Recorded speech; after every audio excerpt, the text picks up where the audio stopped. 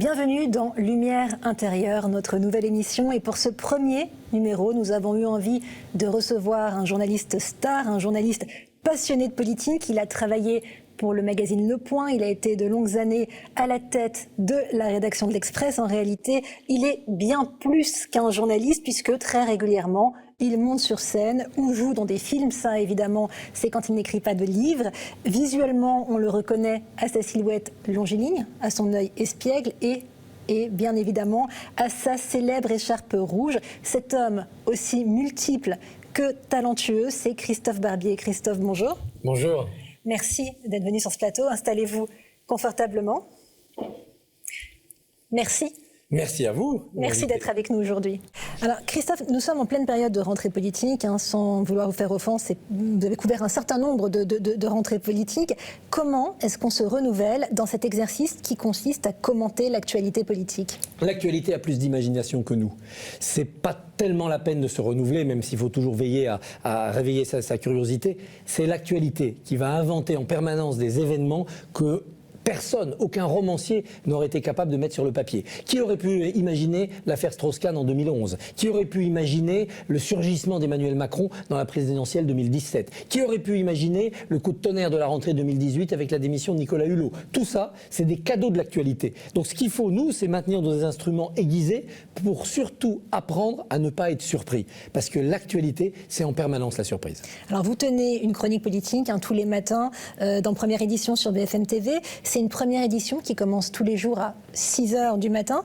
Ça suppose une très grande énergie. Où est-ce que vous la puisez, cette énergie ? D'abord, la télévision, c'est de l'énergie. Quand vous arrivez dans une rédaction télévisée, tout le monde est en mouvement, tout le monde est apprêté, pimpant, il y a beaucoup de jeunes, et donc ça vous donne de l'énergie. Ensuite, l'énergie, elle est aussi dans la passion que vous avez pour les événements. La vie politique ne m'a jamais ennuyé en 30 ans. J'ai toujours trouvé qu'elle se regardait avec les yeux grands ouverts et bouche bée, tellement elle nous apporte de surprises. Et puis surtout, c'est un privilège de se dire qu'on va aider les gens à se réveiller et à démarrer du bon pied dans la matinée. Donc l'énergie, elle vient naturellement. Bien sûr, il y a des jours plus faciles que d'autres et d'autres un peu plus pénibles, mais dès qu'on est sur le plateau, dès qu'on est dans le tempo de l'actualité, la batterie est rechargée. On sent en tout cas que vous ne vous ennuyez pas une seconde et même que vous vous amusez. Alors, comment est-ce qu'on s'adapte aux nouveaux usages ? Parce qu'on sait que les nouveaux usages, que les usages évoluent beaucoup, qu'on parle notamment du zapping, du snacking, et même pour décrire des habitudes de consommation sur des formats de plus en plus brefs. Comment est-ce que vous adaptez votre pratique à ces nouveaux usages ? Ça, c'est beaucoup plus compliqué. D'abord, on ne s'habitue jamais, puisque chaque fois qu'on croit être habitué aux nouveaux usages, il y a encore de nouveaux usages. Les inventions technologiques se succèdent, les applications à la mode se démodent, les réseaux sociaux sont toujours concurrencés par d'autres plus nouveaux, plus rapides, qui ont comme point commun d'exiger toujours plus de concision, de brièveté. Alors, on va aborder différemment les choses. Intellectuellement, on sait qu'on ne va pas avoir 20 minutes pour faire un plan en 3 parties, mais qu'on va avoir 1 minute 30. Donc on va aller choisir un aspect très précis de la complexité pour le mettre en avant et aider les gens, espérer que les gens, à partir de ça, tricoteront leur propre curiosité, leur propre apprentissage. Il y a un côté ludique dans l'adaptation à ces nouveaux usages, à ces nouveaux outils. Il y a aussi un côté un peu vertigineux. Et il est vrai que parfois on se demande si ça ne va pas trop vite, si ce n'est pas trop court pour un propos intelligible. Mais c'est le monde dans lequel on vit. Il ne sert à rien de le nier et de se retirer dans sa caverne. Il faut essayer de faire au mieux avec les contraintes de la modernité. J'ai commencé ce métier, il y avait 3 chaînes de télé. Aujourd'hui, il y a des centaines de chaînes de télé, il y a des milliers de réseaux sociaux différents, et donc il faut faire avec. Vertigineux, vous le disiez, mais peut-être aussi un peu dangereux ou à minima périlleux, puisqu'il s'agit, on comprend bien, de restituer une information extrêmement complexe dans des temps qui sont de plus en plus réduits. Est-ce qu'il n'y a pas des risques de raccourcis un peu hâtifs et un peu dangereux ? Oui, il y a des risques. Il y a des risques d'abord parce qu'il n'y a pas de règles. C'est l'âge de pierre d'Internet. Donc vous trouvez le pire et le meilleur sur les réseaux sociaux, le pire et le meilleur qui s'appelle de l'info. Et pourtant, ça n'est pas souvent la vraie info. Et puis, c'est dangereux aussi pour soi, parce qu'on peut parfois se surprendre à faire un raccourci ou à ne pas dire ce qu'on pense, parce que ça va être plus pratique ou plus performant. Il faut surtout résister à la tentation de faire le buzz pour faire le buzz. On est ravi de faire le buzz. Et quand on a pu faire passer une idée et la faire avancer parce qu'elle a fait le buzz, on est très content.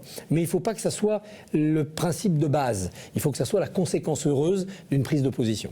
Alors, je voudrais saluer le fait que vous êtes très au goût du jour et très en avance avance de phase sur cette adaptation aux nouveaux usages. Vous étiez parmi les premiers journalistes, alors maintenant c'est plus tellement nouveau, mais en tout cas à réaliser ces éditos sous forme vidéo avec toujours votre célèbre écharpe rouge dans les locaux de l'Express à l'époque.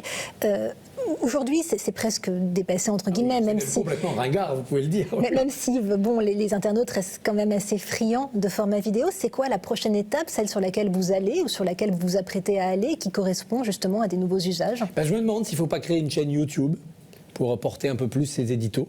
L'édito vidéo transformé en forme de blog, c'est fini, c'est obsolète. Peut-être qu'une chaîne YouTube, relayée par les réseaux sociaux, ça peut être la phase suivante. On voit à quel point ça correspond à la fois à une individualisation du travail et en même temps, s'il n'est pas partagé, ça ne sert à rien. Donc il faut croiser ça avec des réseaux sociaux. C'est peut-être la prochaine expérience à tenter. Ce serait votre propre chaîne YouTube? Oui, pourquoi pas. Après, il faut que je me fasse aider pour la faire fonctionner technique. Parce que c'est quand même complexe. Avis aux amateurs. Alors, ce qui vous anime aussi en parallèle du journalisme, c'est la scène. Vous êtes monté à de très nombreuses reprises sur les planches. Encore cet été, vous avez joué dans une pièce de théâtre et vous avez notamment joué dans des pièces du théâtre de l'Archicube, théâtre de l'Archicube qui est le théâtre créé par les anciens élèves de l'ENS, l'École normale supérieure, dont vous êtes issu. J'ai eu d'ailleurs le plaisir de venir vous applaudir à différentes reprises, à la fois en tant qu'acteur, mais aussi en tant que metteur en scène. Si vous n'aviez pas été journaliste, vous auriez dédié votre vie au théâtre, à la scène? Sans nul doute. Je me suis posé la question, puisque j'ai eu ces deux envies à peu près au même âge, vers 16-17 ans, mais je me suis rendu compte qu'on pouvait être journaliste professionnel et comédien amateur, on ne pouvait pas être comédien professionnel et journaliste amateur. C'est pas possible. La vie politique exige d'être dans une rédaction, d'être dans un métier. Si on veut la suivre comme journaliste, ça n'empêche pas de faire du théâtre le soir. Sans doute aussi, j'ai été retenu par une petite voix au fond de moi qui me disait « casse-cou ». Les métiers artistiques, c'est tellement précaire, tellement fragile. Il faut tellement être dans l'ordre de la vocation. C'est-à-dire où on y va sans se poser un problème de carrière ou de gagner sa vie ou de réussir. On y va parce que c'est plus fort que soi. On est appelé à monter sur les planches. Et moi, j'avais sans doute pas, au fond de moi, ce petit feu sacré. J'avais la voix de la raison qui me disait calcule le pour et le contre. Sans doute aussi, j'étais dans ma pratique du théâtre déjà conscient que je n'avais peut-être pas cette fibre artistique pur pour y arriver. Louis Jouvet disait il faut se vider de soi-même. Voilà, vide-toi de toi-même pour te laisser envahir par un personnage. Eh bien ça, il faut l'avoir dès le début. Sinon, on n'est pas un comédien, on n'est pas un artiste, on est quelqu'un qui fait du théâtre. Et c'est pas du tout pareil. Est-ce qu'il y a, selon vous, des liens entre l'univers de la scène et celui du journalisme? Et si oui, lesquels? Oui, il y a des liens. D'abord parce que la théâtralisation du travail journalistique avec le plateau télé nous amène non pas à jouer des rôles, parce qu'on dit ce qu'on pense, on ne joue pas le texte d'un autre, mais à faire attention aux nécessités théâtrales. Il faut des rebondissements, il faut des coups de théâtre, il faut de la réplique, il faut de la répartie. Donc cet aspect-là a quand même considérablement envahi les plateaux de télé. Et puis, il y a aussi un point commun avec le développement de l'interactivité. Maintenant, quand vous êtes journaliste, les gens vous en parlent parce qu'ils vous ont vu à la télé, ils vous croisent dans la rue, ils vous interpellent sur Twitter ou sur d'autres réseaux sociaux, ils vous écrivent, et vous ne pouvez pas refuser cette interactivité. Vous vous retrouvez un peu dans la peau d'un acteur qui est sur scène, est sifflé, est applaudi, parle avec les spectateurs à la fin, les retrouve à la sortie. Et donc ce partage-là, il existe maintenant aussi dans le métier de journaliste. Puis il y a un point commun aussi avec le troisième pôle, les politiques. La vie politique a aussi une donnée théâtrale. Elle est très littéraire dans notre pays. On aime les personnages, on aime les histoires. Et donc cette théâtralité de la vie politique, elle nourrit les deux un peu. Est-ce qu'il n'y a pas un risque que la forme l'emporte sur le fond parfois dans ces coups de théâtre que vous évoquez, enfin cette théâtralisation en tout cas du journalisme avec, on voit bien ces différents éditorialistes, le match, c'est-à-dire le nom d'une émission, le match des éditorialistes.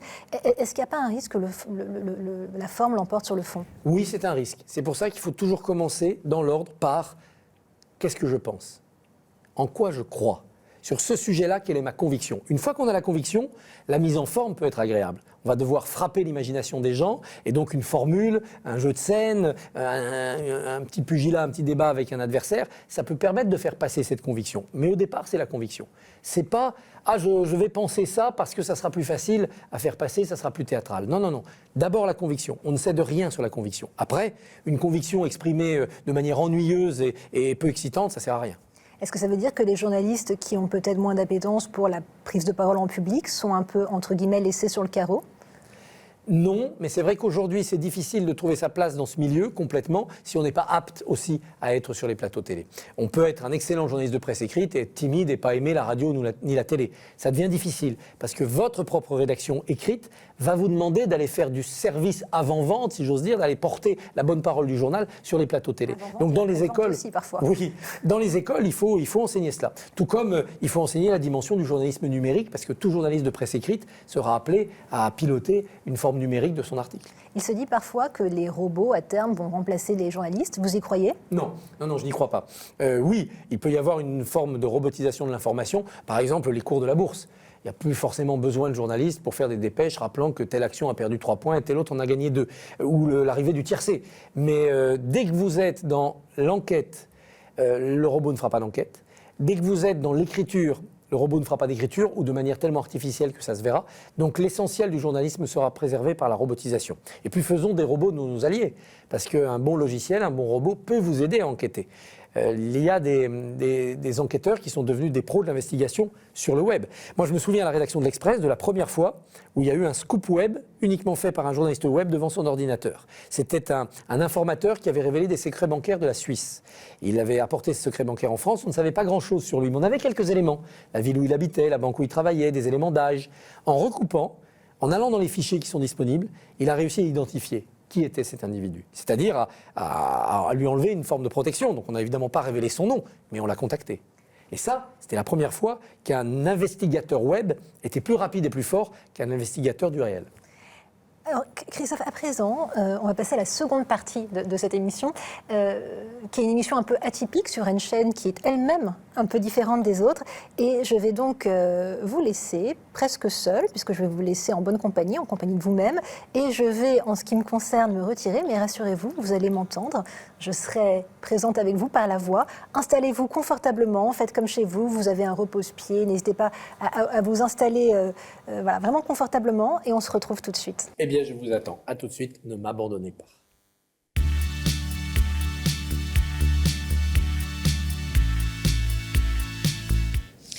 Christophe, vous êtes bien installé ? Très bien. Formidable. Je vous le disais, je vais vous faire réagir à toute une série de mots. Le premier mot sur lequel je vous invite à réagir, c'est le mot suivant, c'est le mot doute. Je vois le clin d'œil. Des doutes, j'en ai beaucoup. Ce qui est paradoxal dans un métier où on nous demande au contraire d'affirmer des certitudes et des convictions. Et des convictions qu'on affirme comme si c'était mais gravées dans le marbre.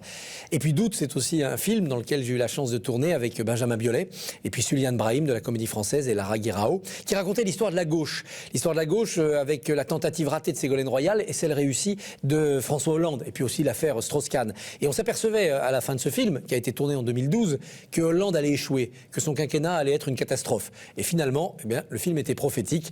La réalité a même dépassé la fiction. Ce film, il a été réalisé par votre épouse, Yamini Kumar. Comment est-ce que ça se passe quand on tourne sous la direction de la personne avec laquelle on partage sa vie ? Quand on tourne, on s'oublie. On n'est plus soi-même. On est le personnage et donc il y a des contraintes d'espace, de lieu, il y a des contraintes de texte, il y a des contraintes d'interprétation.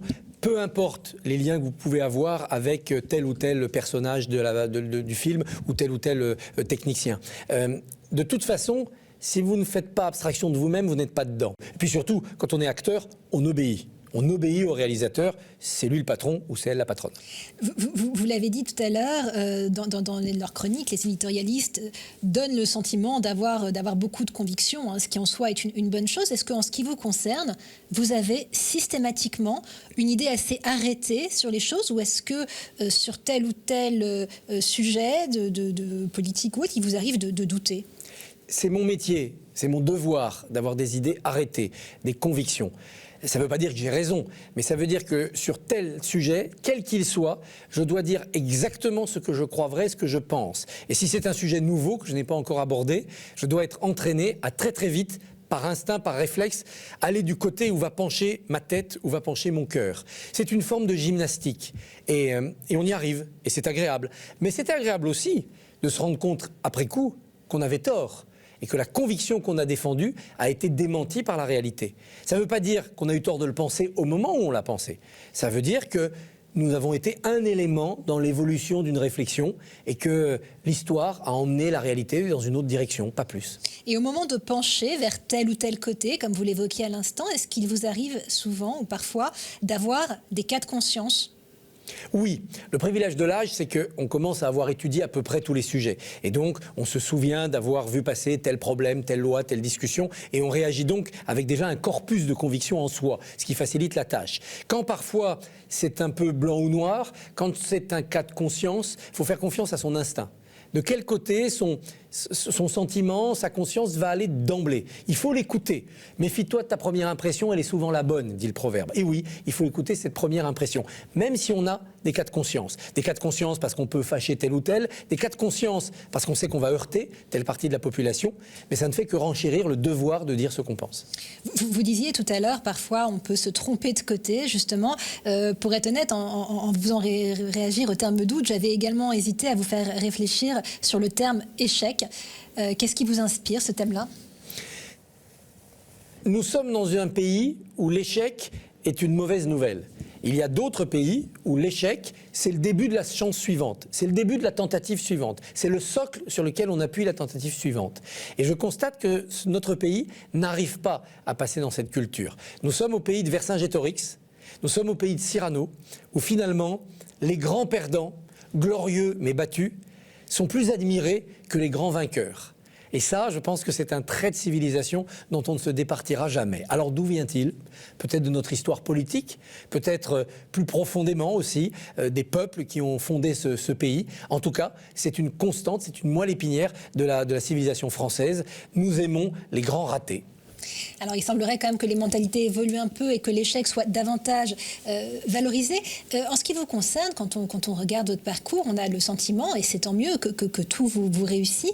Je parlais d'échec. Est-ce qu'il vous est arrivé à certains moments éventuellement de mordre la poussière, si je puis m'exprimer ainsi, et qu'est-ce que ça fait ? Ah oui, mais c'est arrivé très souvent de le faire, parce que vous avez parlé de Normal Sup tout à l'heure, mais moi j'ai réussi le concours à la deuxième tentative. À la première, c'était pas brillant du tout. Il m'est arrivé en scène, au théâtre, d'avoir des moments de difficulté incroyables, d'avoir un décor qui se coince, de vivre des moments de galère. Et là, vous êtes devant le public et l'humiliation est complète. On pense qu'on ne s'en remettra jamais, et puis on s'en remet. Et là aussi, avec l'âge, on en rit. C'est-à-dire au moment où l'échec arrive, on en rit. On se regarde comme on regarderait Charlot glisser et tomber par terre. On devient le propre spectateur de sa mésaventure. Et on se dit que c'est comme ça. Il faut continuer, il faut avancer. Et puis être un peu cabossé, c'est aussi la force de l'expérience. Alors, dans votre expérience, justement, vous avez eu affaire à des moments plus difficiles, notamment au sein de l'Express, où il vous arrivait d'avoir à vous séparer d'une partie de vos équipes. Comment est-ce qu'on le vit ? Comment est-ce qu'on s'en sort ? C'est terrible. C'est terrible. Avoir à faire un plan social, c'est terrible. Parce que d'abord, on ne veut pas fuir ses responsabilités, donc on le fait soi-même, en pensant qu'on sera plus efficace, plus humain, plus juste qu'un autre, et parce qu'on ne voudrait pas avoir l'air de déserter le navire. Et puis quand on le fait, on se rend compte que c'est terrible. Et en fait, on ne retrouve l'apaisement que quand on sait que tous ceux qui sont partis, parfois volontairement, mais souvent involontairement, non seulement ont pu rebondir, connaître une autre vie professionnelle, mais reviennent en disant « Ah ben finalement, ça m'a permis de découvrir d'autres choses ». Ils ne reviennent pas en disant merci, ça a été un coup de pied aux fesses qui m'a obligé à me bouger. Non.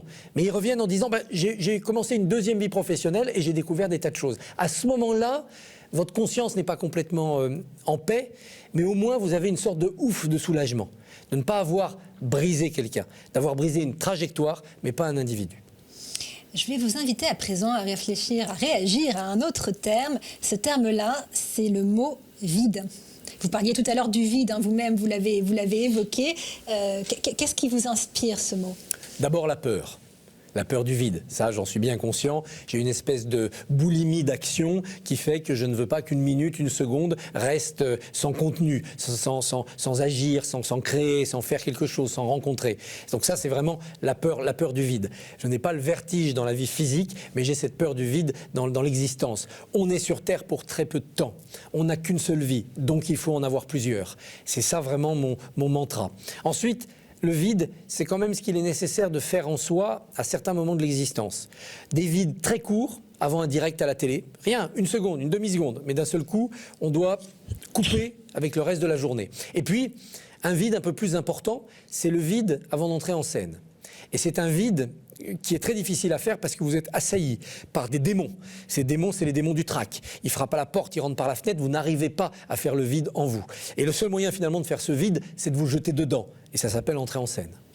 Effectivement, vous le disiez vous-même, vous avez peut-être peur du vide. En tout cas, on a le sentiment que le néant, il n'y en a pas beaucoup dans votre vie, que effectivement chaque interstice est très largement comblé. Comment vous l'expliquez, cette peur du vide ? Je ne sais pas, peut-être la conscience très tôt dans mon existence que le temps filait vite, tempus fugit, que c'était un ennemi et qu'il fallait à chaque fois, à chaque instant de sa vie pouvoir se dire voilà, si je meurs maintenant et que je me retourne, j'ai vécu, j'ai eu une vie. Et j'ai été poursuivi longtemps par ce sentiment. Que me manque-t-il quand je me retourne pour pouvoir mourir tranquillement en me disant j'ai eu une vie ? Il m'a manqué des enfants, j'ai eu des enfants. Il m'a manqué certains rôles au théâtre, je les ai joués. Il m'a manqué des joies, des découvertes, des voyages. J'ai essayé de remplir tous ces manques.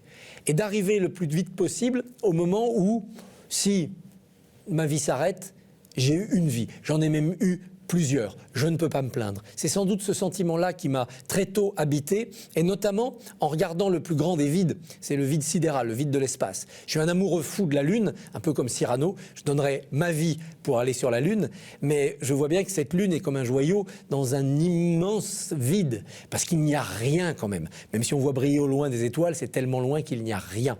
Et donc, c'est peut-être ça qui a éveillé en moi cette peur du vide. Cet ennemi que vous évoquiez, cet ennemi qui est le temps qui passe, est-ce que vous aimeriez pouvoir l'apprivoiser ? Non, j'aimerais bien le défaire, le détruire. J'aimerais bien arrêter le temps, j'aimerais bien devenir le maître du temps. J'adorerais avoir l'éternité. J'adorerais pouvoir me dire maintenant on peut ralentir parce qu'on a l'éternité. L'éternité c'est long, surtout vers la fin, disent les humoristes, mais moi j'aimerais bien avoir l'éternité. Peut-être que le temps apprivoisé, le temps dompté, le temps tenu par la bride, ça s'appelle l'éternité. Hélas, je ne crains de ne pas réussir à accomplir cet exploit-là. Vous le disiez, vous avez plusieurs vies en une, hein, on le rappelait tout à l'heure, journaliste, éditorialiste, comédien, metteur en scène, écrivain. Comment est-ce que vous vivez cette multiplicité ? Très bien. Très bien, ça me fait tellement de bien, j'aime tellement avoir trop de choses à faire, j'aime tellement avoir dans ma main une vie qui est pleine comme un œuf que je me sens au sens propre comblé. Et j'ai du mal à comprendre pourquoi tous mes contemporains n'en font pas autant. Après, je vois bien qu'ils ont une notion de l'équilibre, des priorités qui est sans doute plus saine que la mienne. Et peut-être qu'en voulant trop faire de choses, j'ai tout mal fait. Mais c'est ça qui me comble, c'est ça qui m'apaise, c'est de pouvoir me dire, voilà, ça, je l'ai fait. Personne ne pourra me le prendre. C'était peut-être réussi, c'était peut-être raté, peu importe, c'est à moi. Je l'ai fait, personne ne pourra faire que ça n'a pas eu lieu. Je vais vous inviter à présent à réagir à un troisième terme. Ce terme, c'est le terme gratitude. Comment est-ce qu'il résonne en vous ? Si vous voulez de la gratitude, élevez des chiens. C'est John Major, Premier ministre britannique, qui avait dit cela. Alors il s'adressait surtout aux politiques. En politique, il ne faut attendre de gratitude ni de ses amis, ni de ses ennemis, ni de ses électeurs. Mais je pense que c'est une maxime, hélas, assez valable dans la vie. Il ne faut pas faire les choses en espérant une gratitude en retour. Il faut les faire parce qu'on doit les faire, c'est souvent le cas, c'est notre devoir, ou parce qu'on a envie de les faire. Il ne faut surtout pas les faire en se disant, ben voilà, je me suis fait un affidé, voilà, cette personne me devra la gratitude. C'est très rare la gratitude. D'ailleurs, quand on se regarde soi-même, est-ce qu'on a fait preuve d'autant de gratitude qu'il l'aurait mérité envers tous ceux qui nous ont aidés ? Je viens de terminer un ouvrage sur Sacha Guitry. Sacha Guitry, pendant la guerre, a rendu service à des tas de gens.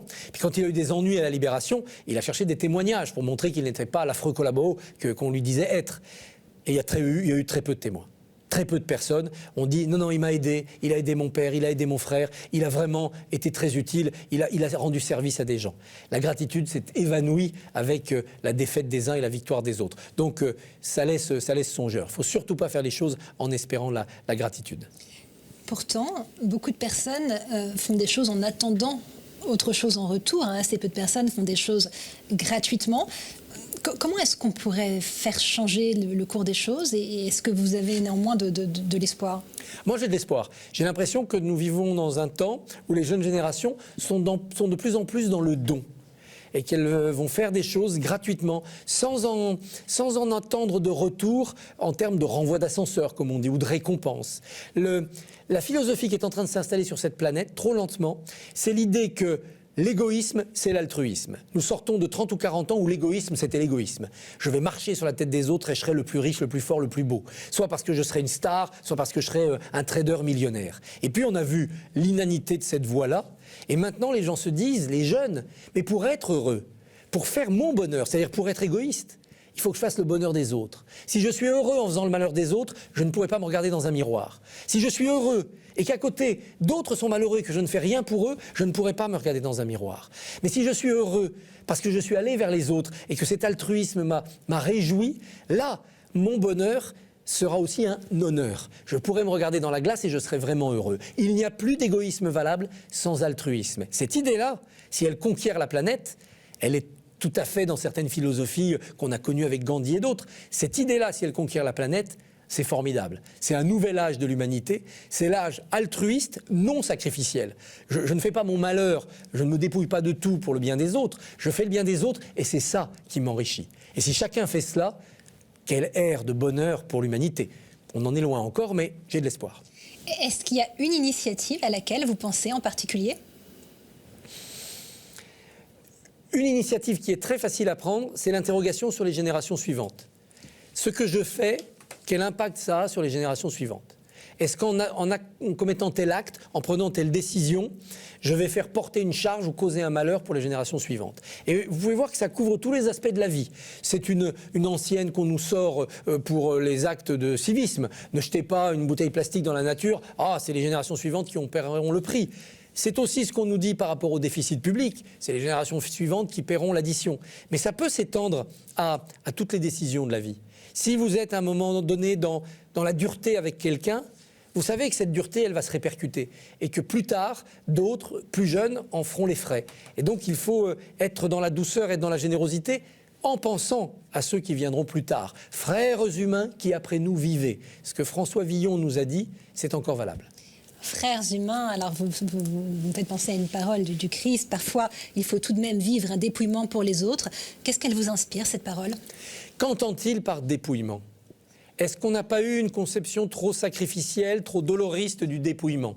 C'est-à-dire, si je ne me fais pas souffrir moi-même, si je ne me prive pas moi-même, je ne suis pas dans la bonne voie. Je ne suis pas sûr que cette philosophie ne soit pas arrivée au bout, qu'elle ne soit pas aujourd'hui essoufflée. Je pense qu'aujourd'hui, il doit être possible de faire de ce dépouillement un enrichissement. C'est-à-dire qu'en n'étant pas dans l'accumulation matérielle, mais dans la recherche d'instants particuliers, d'instants privilégiés avec les autres, je ne me dépouille pas, je m'enrichis. C'est ça que m'apporte le théâtre. Le théâtre avec des amateurs, qu'est-ce que c'est ? C'est des instants partagés avec les comédiens sur scène, et c'est une intimité irremplaçable, et avec le public. Qui s'enrichit ? Qui s'appauvrit ? J'ai donné de mon temps, un peu de ma sueur, mais quel bonheur en retour. Je ne céderai pas ma place pour rien au monde. Suis-je égoïste ou suis-je altruiste ? On m'applaudit, on me remercie d'être venu jouer, mais c'est moi qui devrais remercier, puisque je me suis enrichi. Donc je n'ai pas du tout l'impression de m'être dépouillé. Au contraire, j'ai l'impression de m'être enrichi. Mais ce n'est pas une accumulation égoïste qui va appauvrir les autres. Quand on donne de son temps, personne n'en perd. Eh bien, quand on partage des instants privilégiés, on ne se dépouille pas, et pourtant, on donne à l'autre, on enrichit l'autre et on s'enrichit soi-même. Vous parliez de l'altruisme. Est-ce que vous avez le sentiment que l'altruiste, la personne altruiste, vit plus passionnément que les autres ? Oui, incontestablement. Parce que l'altruiste, il vit dans la rencontre. Altrui, c'est l'autre. Donc, dans la rencontre, on ne peut pas être altruiste tout seul, si j'ose dire. Et on va rencontrer l'autre. Et c'est toujours formidable de croiser ses frères et ses sœurs de l'humanité. C'est toujours intéressant. Moi, j'ai la chance, par l'exposition télévisée, d'avoir un peu de notoriété. Et donc, dans le métro, on m'aborde. Mais à chaque fois, c'est un bonheur. On découvre des destins, on découvre des douleurs, on découvre des espoirs. Et on découvre à quel point les gens ont des choses à partager avec les autres. On découvre des aventures extraordinaires. Et le simple fait d'être juste disponible, ça fait plaisir à ces gens-là, donc ils m'apportent leur expérience et j'ai l'impression que je leur ai fait plaisir. Donc oui, l'altruiste est plus riche que les autres, l'altruiste est plus heureux que les autres, c'est évident. En ce qui vous concerne, Christophe Barbier, pour qui est-ce que vous ressentez de la gratitude ? Oh, j'ai beaucoup de sentiments de gratitude, souvent accompagnés de remords, parce que cette gratitude, et je suis en faire preuve moi-même et la témoigner. Dans mon métier, par exemple, de journaliste, j'ai tout appris avec Denis Jambard et Claude Imbert, au Point, et puis Denis ensuite à l'Express. J'ai vraiment appris tous les principes et toutes les bases de mon métier. J'ai beaucoup de gratitude pour Janine Robillard, une professeure de français qui m'a initié au théâtre et sans laquelle ma vie aurait été privée de cette lumière-là, la lumière de la scène et ce bonheur-là. Donc j'ai une gratitude éternelle. Je ne pourrai jamais leur rendre tout ce qu'ils m'ont apporté. Et puis, j'ai quand même en permanence une sorte de gratitude un peu étonnée. Je suis toujours surpris que les gens nous regardent et nous écoutent à la télévision. Alors on travaille quand même, on essaie de dire des choses intéressantes, mais que pour eux ça soit aussi important, j'ai toujours envie de leur dire non mais n'exagérez pas, ce n'est rien qu'une idée, c'est un petit éditorial. Mais je me rends compte qu'en fait, c'est ce qui leur a permis à eux de savoir ce qu'ils pensaient. Ça les a aidés quelque part à forger leurs convictions, à tailler un peu dans le jardin de leurs convictions. Et donc apparemment c'est important et donc je suis toujours étonné de cela. Donc j'ai beaucoup de gratitude pour ceux qui continuent à me regarder. Alors vous parlez souvent, Christophe Barbier, des personnes qui vous ont construit sur un plan professionnel. On sait assez peu de choses en réalité de votre enfance ou de vos premières années. Toujours sur ce terme de la gratitude et pour en terminer avec ce thème-là, est-ce qu'il y a des personnes pour lesquelles vous ressentez une gratitude particulièrement importante qui vous ont aidé à vous construire bien avant que vous ne deveniez l'homme que vous êtes aujourd'hui ? Oui, bien sûr, et je ne m'en suis pas rendu compte sur le moment. J'ai eu la chance de grandir en Haute-Savoie, donc dans un cadre naturel extrêmement privilégié, et tout en avançant en âge, je ne me suis pas rendu compte à quel point c'était une chance de naître là, et surtout d'être à l'école avec des instituteurs et des institutrices aussi formidables, aussi sensés, aussi posés, d'être dans un environnement de la cité aussi équilibrée qu'un petit village de montagne. Parce qu'on peut naître aussi à Aubervilliers, on peut naître dans une grande ville, on peut naître dans des endroits beaucoup plus difficiles. Donc toute cette série de chances, c'est aussi la chance d'avoir eu ceux qui m'entouraient. J'ai de la gratitude envers mes parents de m'avoir laissé devenir ce que je devenais et qui était quand même très éloigné de ce qu'eux-mêmes pouvaient espérer, penser ou avaient dans leur voisinage. Donc ça, c'est quand même une grande gratitude. C'est pas facile de laisser quelqu'un qu'on aime devenir ce qu'il est. Parce qu'on a peur. On se dit non mais c'est un rêve, une illusion, c'est quoi ce délire? Et donc c'est pas facile. Et j'ai essayé d'être dans la même attitude vis-à-vis de mes enfants. On ne doit surtout pas dire à ses enfants qu'ils ne peuvent pas voler, surtout si on est un poisson. Voilà. Il faut se dire, bah oui, je suis un poisson, j'ai fait des bébés poissons, ils veulent voler. J'ai pas le droit de leur dire que ça va être compliqué, parce que si ça se trouve, c'est des poissons volants. Et j'ai essayé d'avoir cette attitude-là. Mais oui, que de gratitude envers ceux qui m'ont porté. Et puis surtout, dans cet environnement-là, tout confondu, parents, professeurs, famille, collègues, camarades de classe, j'ai appris dans mes jeunes années la vertu du travail. Alors ça me semblait naturel parce qu'en Haute-Savoie, tout le monde était comme ça. Et quand je suis arrivé dans d'autres cercles de la société, je me suis rendu compte à quel point dans certains milieux, le travail était soit dévalorisé, soit trop pénible pour être aimé. Et donc, j'ai toujours été surpris de voir des gens détester le travail. Et moi, je viens d'une région de France où le travail, c'est l'essentiel. C'est presque trop la priorité, ils en oublient d'autres choses. Mais ce sont des laborieux au sens noble du terme, et je leur dois beaucoup aux Savoyards pour ça. Travail, gratitude, merci pour ce témoignage et effectivement pour ce rappel du fait qu'à l'impossible, nul n'est tenu. Peut-être un dernier terme avant de conclure sur cette seconde partie. Je vais vous inviter, Christophe, à réagir au terme suivant. C'est un mot qui fait écho à votre parcours, à ce que vous êtes profondément, c'est le mot parole. Elle est d'or, la parole. On dit le silence est d'or, la parole est d'argent. Non, la parole est d'or. Elle est d'or. Alors avec l'or, on peut faire les pires choses. Hein. On peut acheter le mal avec l'or, on peut faire le veau d'or, mais on peut aussi faire des merveilles et faire des œuvres d'art somptueuses. La parole est d'or. C'est quelque chose qui nous est donné, qui est un bien extrêmement précieux. Les animaux communiquent, mais ils n'ont pas la parole. La parole qui permet d'écrire un poème de Rimbaud, la parole qui permet d'écrire le livret de Don Juan de Mozart, la parole qui permet de faire des discours qui peuvent entraîner les foules vers le meilleur ou vers le pire. Ça, c'est un privilège de l'homme. La parole est d'or. Nous devons donc la dépenser, mais pour faire le bien. La parole est d'or. Et le silence, est-ce qu'il est d'or aussi, le silence? Est-ce que vous arrivez à l'habiter parfois? Le silence peut être de plomb, parce que parfois il y a des silences un petit peu lourds. Le silence, à mon avis, il est de rien. C'est-à-dire le silence, c'est le vide. C'est ce que je disais tout à l'heure sur le vide sidéral. Le silence, c'est le vide de la parole. Alors c'est pas pour ça qu'il faut bavarder tout le temps et tomber dans la logorée. Il faut savoir parfois écouter le silence, parce que dans ce silence-là, on finit par entendre une parole. Et cette parole, c'est soit la parole de la nature, si vous écoutez le silence de la forêt ou le silence de la mer, mais souvent, cette voix qui résonne au fond du silence, c'est la vôtre. C'est la vôtre que vous n'osiez pas écouter et qui vous disait des choses à voix basse. C'est ce qui s'appelle la conscience.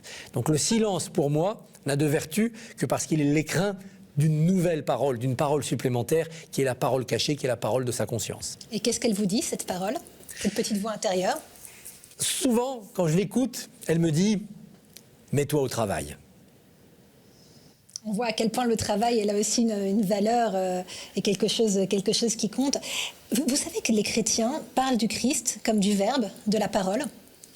Oui, la parole se fait homme, le Verbe est incarné.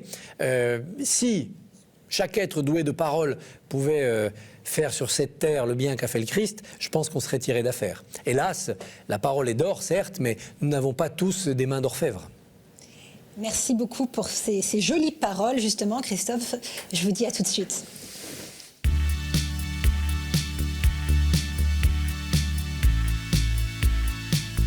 Nous revoilà. Alors, comment ça s'est passé? Très bien, c'était très agréable. En position détente, c'était très bien. C'était bien installé? Très bien. Quel a été votre ressenti? C'est très apaisant. Non pas de ne plus vous voir, mais d'être comme ça un peu à distance. C'est vrai qu'une voix qui vient simplement d'ailleurs, ça change un peu la donne. On n'est plus du tout dans la confrontation, mais on est encore dans l'échange. C'est l'objectif de ce concept. Merci en tout cas beaucoup, Christophe Barbier, d'avoir joué le jeu. C'est vrai que j'ai été très touchée quand vous avez parlé de la parole, du silence. On voit bien à quel point ce silence, c'est quelque chose de difficile et à quel point le silence reste quand même quelque part une parole chez vous. Alors pour la dernière partie de cette émission, je vous l'avais annoncé, je vais vous proposer un questionnaire quasi proustien, vous qui aimez la littérature. Et on va commencer avec la question suivante. Quelle est la personne, homme ou femme, réel ou fictif, qui vous inspire le plus? Qui m'inspire le plus? J'irais quand même chercher du côté des auteurs de théâtre, parce que c'est quand même ce qui me nourrit le plus. Et j'aurais du mal à ne pas répondre Victor Hugo, parce qu'il a couvert tellement de domaines, le théâtre bien sûr, le roman, la poésie et la politique. Il a traversé un siècle, le 19e, tellement chamboulé que se référer à Hugo pour les grands problèmes de la société, les grands défis, c'est l'homme qui a pensé l'Europe, c'est l'homme qui a combattu la peine de mort, c'est l'homme qui a pensé le peuple avec les Misérables, qui a pensé la bonne République. Oui, Victor Hugo. Comment est-ce que vous vous ressourcez le mieux? Quand je retourne dans mon village en Haute-Savoie, les Contamines de Montjoie, si j'y passe 3 heures, c'est comme si je passais 3 semaines à la plage. J'ai l'impression que de la montagne, que du rocher, il y a une énergie qui me monte dans les jambes, qui me monte dans le corps, un peu, vous savez, comme les films de super-héros, là, quand il y a des éclairs partout. J'ai un peu ce sentiment-là, de me recharger comme une batterie, en quelques heures, passer dans cette vallée où je me sens à l'abri de tout, et enfin chez moi. Vous y allez souvent? J'y vais hélas trop peu souvent, mais à chaque fois j'ai ce sentiment-là. J'ai aussi le sentiment au bout de quelques jours que le monde est grand et que cette vallée est trop petite et qu'il faut retourner vers les hommes, retourner vers Paris, vers les lieux de pouvoir. Et c'est peut-être une attraction malsaine parce que la pureté est évidemment dans les montagnes, mais j'ai aussi ce sentiment qu'il ne faut pas y rester trop longtemps. Puis j'aime aussi beaucoup me ressourcer en allant à Venise, qui est un peu comme une seconde patrie. Et là c'est pareil, c'est plus un voyage dans le temps. Il n'y a pas de voiture, la modernité disparaît, vous êtes au XVIIIe siècle, le décor est là, les pensées essentielles vous viennent, la vie, la mort, l'éternité.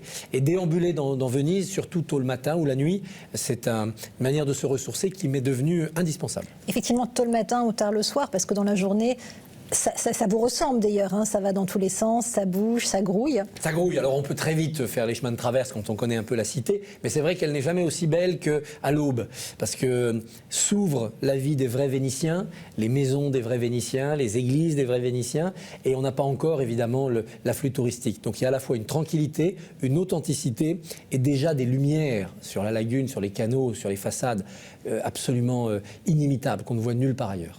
C'est quoi pour vous, Christophe Barbier, une journée réussie? Une journée réussie, c'est une journée avec des sujets passionnants pour faire des éditos politiques le matin, une démission de ministre, une loi très importante, une grande manifestation, où on a l'impression comme éditorialiste d'avoir pu prendre des propos tranchés mais argumentés, et le soir de jouer au théâtre. Voilà. Entre les deux, tout est possible. Ainsi, les différentes facettes de votre personnage sont comblées, le journalisme et le théâtre. Quand je rentre très très tard, parce que quand on a joué, on ne peut pas aller dormir. On est chargé d'adrénaline, il faut aller dîner, il faut se promener, il faut faire quelque chose. Donc on a tendance à se coucher vraiment très très tard. Et à ce moment-là, on se couche avec le sentiment d'être comblé, d'être heureux et le sentiment du devoir accompli. Vous dormez très peu, en commençant très tôt, en vous couchant très tard. Je dors très peu la semaine, et puis j'essaye le week-end d'avoir une nuit où je récupère sans réveil qui m'arrache à cela. Comment est-ce que vous tentez au quotidien de sublimer votre vie ? J'essaye de plus en plus, et maintenant c'est plus facile parce que je n'ai plus les responsabilités de la direction de l'Express, qui était une vraie charge. J'essaye de plus en plus, parfois, de m'arrêter un tout petit peu. Pas pour rien faire, mais pour regarder quelque chose avec un peu d'attention. Ça peut être rien du tout, hein. Ça peut être un clair de lune, ça peut être un rayon de soleil, un peu de pluie, ça peut être une personne croisée, ça peut être un livre dans une devanture, mais juste prendre ce temps de dire tiens, arrêtons-nous. Et c'est rien du tout, hein. C'est 30 secondes, hein. Il ne s'agit pas de passer 2 heures à bâiller aux corneilles. Mais ces petites choses-là, ça sublime un petit peu la vie. Et puis, quand même, je vous le disais tout à l'heure, cette idée de se dire voilà, ça je l'ai fait et personne ne pourra me le prendre. Et ça, c'est une sensation que vous ressentez physiquement très fortement quand vous sortez de scène. Il peut arriver tout dans votre vie, les pires choses. Cette représentation, elle a eu lieu et personne ne pourra faire qu'elle n'a pas eu lieu. Je souriais en vous entendant perdre 2 heures à bâiller aux corneilles, parce que c'est vraiment la dernière des choses que je vous imagine faire. Comment est-ce que vous vivez, Christophe Barbier, la lumière des projecteurs ? C'est quand même très agréable. On n'a pas le droit de se plaindre. D'abord, personne ne nous oblige ni à monter sur scène, ni à aller sur un plateau de télévision. Donc quiconque se plaint de cela n'a qu'à changer de métier. Donc ce n'est que de l'agrément. D'abord, la sensation physique d'être en scène, c'est beaucoup plus fort au théâtre qu'à la télévision. C'est une sensation inexplicable qu'on ne peut pas partager avec quelqu'un qui ne l'a pas connu. Ça ne se décrit pas. Ça se ressent presque en ondes magnétiques. Et puis, les projecteurs de la scène et encore plus de la télévision vous font découvrir à des milliers de gens, parfois des centaines de milliers de gens, qui après, dans la rue, vous expriment de la reconnaissance. Au double sens du terme. Ils vous reconnaissent. Ah, je vous ai vu à la télé, vous êtes X, vous êtes Y, vous avez dit ça. Et puis, souvent, ils ont de la reconnaissance, même quand ils ne sont pas d'accord avec vous. Ah, vous avez dit ça, mais c'est quelle bêtise. Mais alors, du coup, j'ai écrit au ministre, j'ai écrit à la rédaction. Et ils en sont reconnaissants. Et cette double reconnaissance, c'est un tel cadeau que vraiment les projecteurs, c'est que de la lumière positive. Vous avez été d'emblée à l'aise avec cette lumière des projecteurs ou il a fallu l'apprivoiser ? Non, j'ai vraiment tout de suite, non seulement été à l'aise, mais été attiré. J'avais envie de cela. J'étais encore très jeune, j'étais à l'école primaire et nous avions organisé, comme souvent dans les écoles primaires, un petit spectacle pour les personnes âgées du village. Et donc, moi, j'avais joué un sketch où je parlais en patois. Et je ne parlais pas le patois, je ne l'ai jamais parlé. Donc, j'avais appris phonétiquement. Et une de mes tantes m'avait fait répéter la phonétique pour que ceux qui parlent patois comprennent ce que je disais. Et donc, j'ai récité ce sketch. C'était un paysan qui renseignait un soldat qui avait perdu son chemin, en patois. J'ai récité sans comprendre ce que je disais. Et j'entendais les vieilles personnes rire. Et je ne savais pas exactement pourquoi, parce que moi je récitais quelque chose qui était phonétique, mais cette sensation-là était tellement agréable que je me suis dit, ça c'est ma vie. Je ris sans même vous avoir vu. Et alors justement, puisqu'on parle du rire, quelle est la dernière fois que vous avez ri ? La dernière fois que j'ai ri, c'était pas plus tard que ce matin, en échangeant des plaisanteries avec mon camarade de BFM, Laurent Neumann, sur les ministres et leurs vicissitudes. On ne peut pas faire de l'édito politique en se prenant au sérieux. Donc pour ne pas se prendre au sérieux, il faut en permanence mettre de l'humour dans ce que l'on dit. Parce que sinon, très très vite, on peut se prendre au sérieux. Et entre camarades, on aime bien comme ça s'aider en se dégonflant la baudruche les uns les autres, si j'ose dire. Vous partagez l'idée, comme dit le proverbe, qu'une journée où l'on n'a pas ri est une journée perdue ? Oui, bien sûr. Une journée où on n'a pas ri est une journée perdue. Une journée où on n'a pas fait rire est une journée à moitié perdue aussi. Donc il faut chercher à faire rire ses camarades. Alors la dernière fois où vous avez pleuré ? Je suis assez peu adepte des larmes. J'avoue que là aussi, la montagne est un pays d'endurcissement, mais je devrais remonter à très très loin pour retrouver un moment où j'ai pleuré. Vous n'avez pas la larmichette facile ? Non. C'est curieux parce que je suis très facilement au bord des larmes, mais juste au bord. Mais rempli d'émotions néanmoins. Ah oui, oui, ça oui, j'aime beaucoup être ému. Mais je cherche plutôt dans l'émotion une sorte de sérénité et d'apaisement. Je vous parlais de Venise tout à l'heure. Je ne manque pas, quand je vais à Venise, d'aller soit à l'église Madonna dell'Orto, soit à la Scuola San Rocco, c'est-à-dire les deux endroits où il y a les plus belles peintures de Tintoret. Et quand vous êtes à la Scuola San Rocco devant la crucifixion du Tintoret, l'émotion qui vous envahit, et à chaque fois elle est plus grande, c'est pas une émotion qui vous met au bord des larmes. C'est une émotion au contraire qui vous apaise, qui vous apporte une sérénité.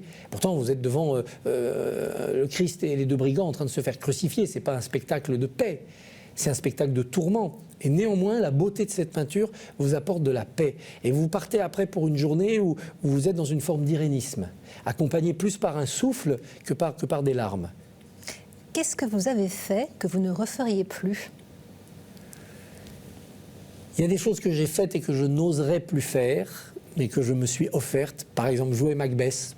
Ça, c'était un peu trop difficile pour moi, mais je voulais le faire et je l'ai fait quand même. Et vous le referiez ? Non, je ne le referai pas. Par respect pour Shakespeare, je ne le referai pas. Et puis, il y a des choses que j'ai faites parce que c'était mon devoir de les faire et je ne le ferai plus parce que j'en aurai plus l'énergie. C'est ce que vous disiez tout à l'heure, c'est faire des plans sociaux. On peut très très bien aider des entreprises à prendre des voies difficiles parce que nous sommes dans une période économiquement difficile. Mais ce travail-là, il fallait le faire, je l'ai fait, sans état d'âme, ou plutôt sans état d'âme visible, sans être aveuglé par mes états d'âme. Mais c'est fait, je ne le ferai plus. Alors, je me demandais ce que vous ne referiez plus. Inversement, je vais vous demander ce que vous referiez si vous deviez rejouer. C'est un terme qui va vous séduire. Si vous deviez rejouer un épisode de votre vie, lequel serait-il ? Oh, la première fois que je suis monté sur scène. Alors, pas la fois du petit spectacle pour les personnes âgées, une vraie scène avec un vrai texte de théâtre et des camarades. Ça n'était donc pas du patois cette fois-ci. Voilà, en français. Et le plus beau des Français. C'était Cyrano de Bergerac. On avait monté cela avec des élèves de collège et de lycée. Et cette sensation-là d'être Cyrano, de jouer Cyrano, j'avais le rôle principal, et de le vivre pour la première fois, on passe toute sa vie à essayer de revivre ça. Et c'est jamais pareil, parce que c'est plus jamais la première fois. Donc on a l'émotion presque aussi intense, presque aussi pure, mais pas tout à fait.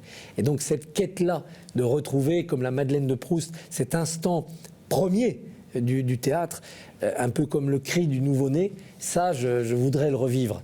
Mais si je le revivais, il faudrait le revivre inconscient de le revivre. Et donc je ne serais pas dans le revivre, mais dans le vivre. Alors, puisque vous parlez de vivre, qu'est-ce qui vous reste à vivre ? Aller sur la Lune, je vous l'ai dit. Je suis désolé de voir les astronautes se passionner pour Mars, ils perdent leur temps. Il faut absolument que très très vite on construise une sorte de tramway pour aller sur la Lune, parce que je vais commencer à me faire vieux pour ce genre d'aventure. Ça j'adorerais, vivre ça j'adorerais. Je suis prêt à prendre un aller simple, hein. Je reste là-haut, il n'y a pas de problème, ma vie sera terminée, ça sera très bien. Ça j'adorerais. Vous savez pas à quoi vous vous engagez. Voilà, il me reste quand même à jouer beaucoup de choses, beaucoup de rôles. J'ai pas encore tout à fait l'âge de jouer Mithridate, j'ai hélas plus l'âge de jouer Rodrigue, mais il reste quand même beaucoup de joie à connaître au théâtre. Les joies au théâtre sont des joies qu'il est difficile d'expliquer, parce qu'on les vit avec une telle intensité que là on est peut-être dans une forme d'égoïsme. J'ai eu la chance au printemps d'écrire et de jouer un cabaret mai 68 avec 4 autres camarades.